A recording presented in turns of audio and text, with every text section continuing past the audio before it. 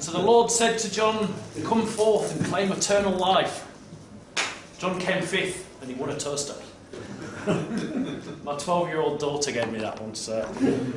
Look, thank you all very much for your time. I just want to give a brief update where we're at with the Prime initiative. It's an exciting project that, as Brian mentioned, been around for 6 years.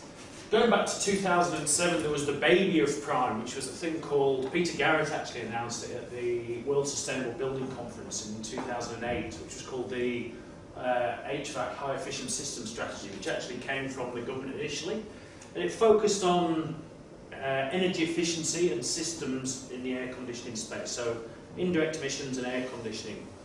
Prime goes to the refrigeration sector as well as the air conditioning sector, and it goes to indirect as well as direct emissions, so it actually is whole of industry. Brian touched on the vision before. We asked yesterday if anyone didn't want to be in an industry that looks like this in 5, 10, 15 years' time. Hopefully there's not anybody that doesn't want to be in this industry in the room or engaging with that type of industry. So highly skilled, visible, professional, safe, cost-effective and environmentally effective. We do a lot of things that impact those aspects in the plant room, and we do it pretty quietly, and we keep people and the productivity of Australia and all the countries around the world doing the things that they do from day to day. Prime actually started as a conversation in a board meeting, and there was a one-line minute that said, "Phil and team, go away and create a pathway to a low emissions future." This was the time that the carbon levy came onto refrigerants. I mean, what could be easier in the HVAC sector? We're such a straightforward industry, and it's so obvious how it works. So we didn't come back with one pathway; we come back with 5. We realised through engaging with all people like our friends in the room, government, researchers, people at the coalface, that there was a whole range of barriers to get into that low emission future. So you've heard the expression sweeping things under the carpet. We basically grabbed the carpet, threw it away, and then looked at the mess that was underneath and found 204 problems swept underneath that carpet. But we didn't just ask for the problems and what was under that carpet, we asked for the solutions as well. So we would have gone to, say, Stephen, who's got the most fantastic research place in Newcastle. We said, "Stephen, what are the 3 things that you think, the problems, but give us the solutions." So we actually drew all those answers and solutions out of people's heads as well. So 204 problems, but 204 solutions. And those pathways started to emerge, those themes about what needed to be done. So not just education, there needs to be policy, there needs to be standards, there needs to be measurement verification, the stories and the information and the case studies needed to be told. And that's how we formed up the 5 pathways of Prime. So they're the straightforward aims. It's a come on, David.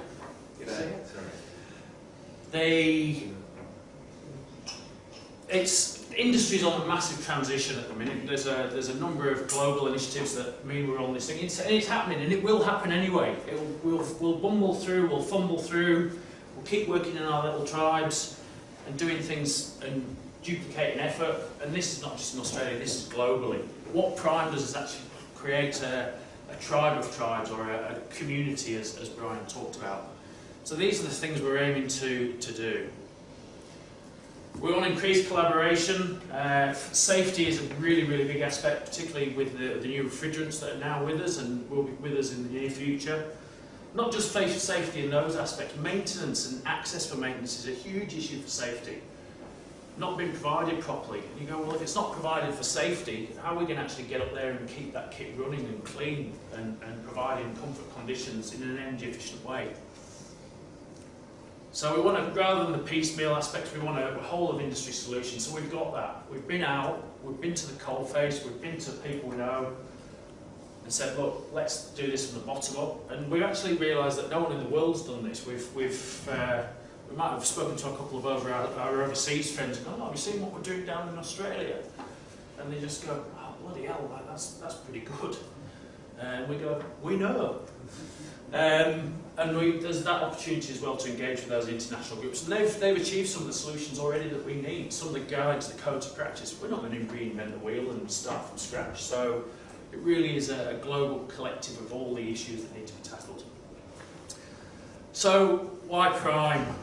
This is about our industry going, you know what, environmentally we're not doing so great. It's about us saying, we had the HVAC HES back in 2007 and we thought the government was going to solve all our problems, and we'd actually enunciated all the issues in energy efficiency and air conditioning, and we thought the government will fix that. But we came to realise that it's not the government's role to fix all the problems in our industry. It's about us putting our hand up and going, actually, we're going to take a bit of responsibility for our own destiny. The industry's massive, hidden but massive. So we use 22% of all generated electricity goes through an air conditioning or refrigeration system. Almost a quarter of generated electricity. 173,000 people, 22,000 businesses. So the global context, we're not quite at this stage yet, but we're heading on a pretty bad trajectory if we don't start fixing things up. And our industry thinks we've got a big part of the solution. We recognise we're a complex industry, it's not always visible how we work with it. What we're doing is saying, well, we actually want to come to the table, we've put our own group together, we've put our own strategy together, we recognise we've got to do integrated design, we recognise we've got to provide the right advice, we've got to measure. Paris, COP21, I think we all know we're on trying to keep global warming under 2 degrees, hopefully 1.5. Australia's committed to that as well, so we've got some big policy levers there. Maybe a bit less known to some in the room, the Montreal Protocol, which has been phenomenally successful at reducing ozone depleting gases, including refrigerant gases, has now got a mandate to phase down HFC gases, which are really super greenhouse warming potential gases. So in Australia, by 2036, we're heading for an 85% phase down in those gases. So big changes coming as a result of that. In the Australian context, Energetics have worked with the Commonwealth Government looking at where those reductions are possible to help our emissions. Buildings, energy efficiency, energy productivity, HFC phase down, it's all in there.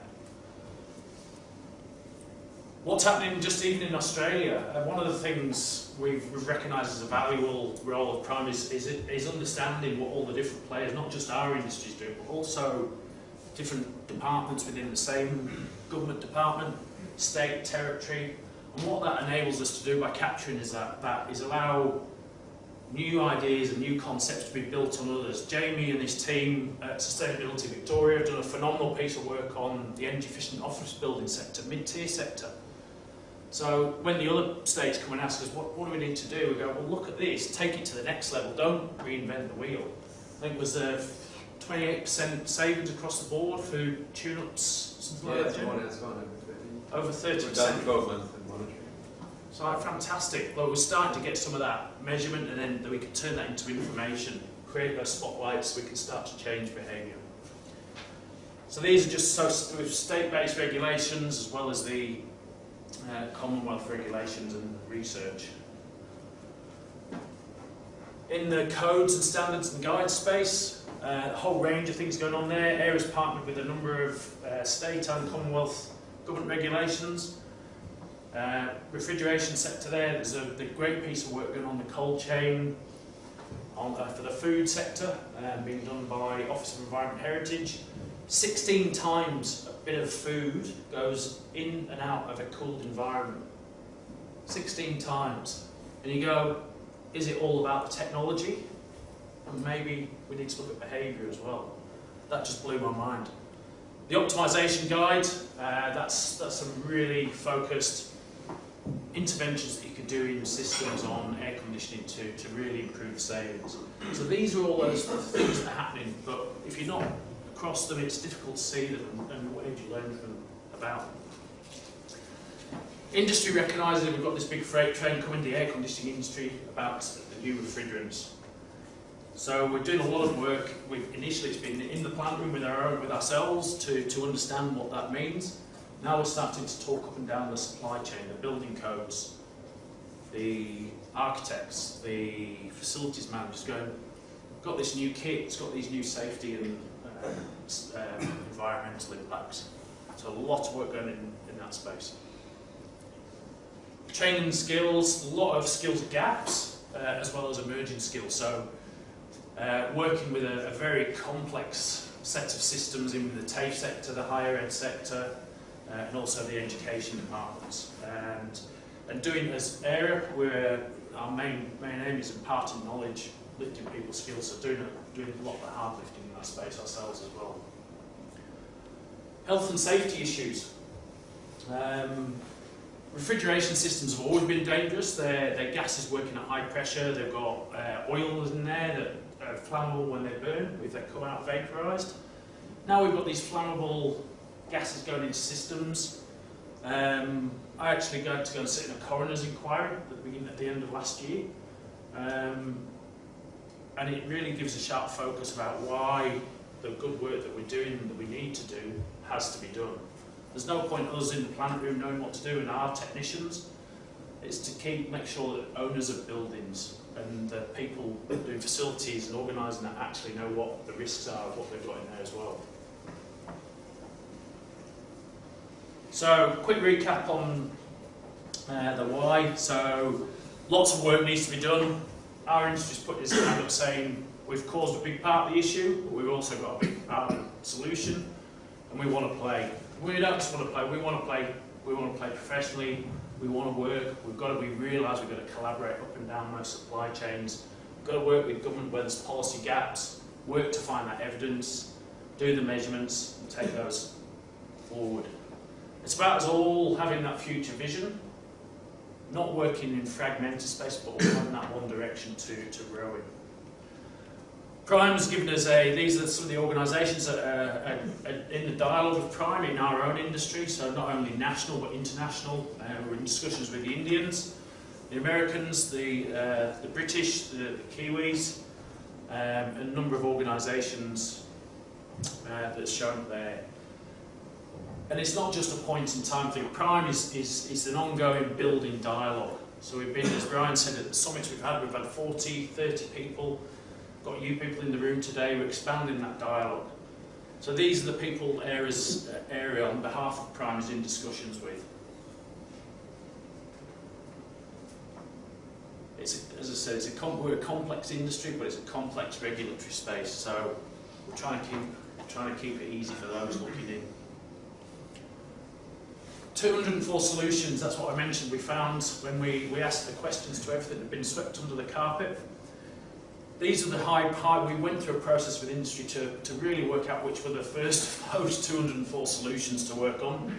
We recognised there were some projects that individual organisations or groups of organisations could work on. M.AIRAH's been beavering away on building commissioning projects. To have building commissioning recognised in the National Construction Code, it seems pretty obvious. You go, well, why wouldn't it be? Then your buildings will be working like they're meant to be. But it turns out no one actually really understands what building commissioning is.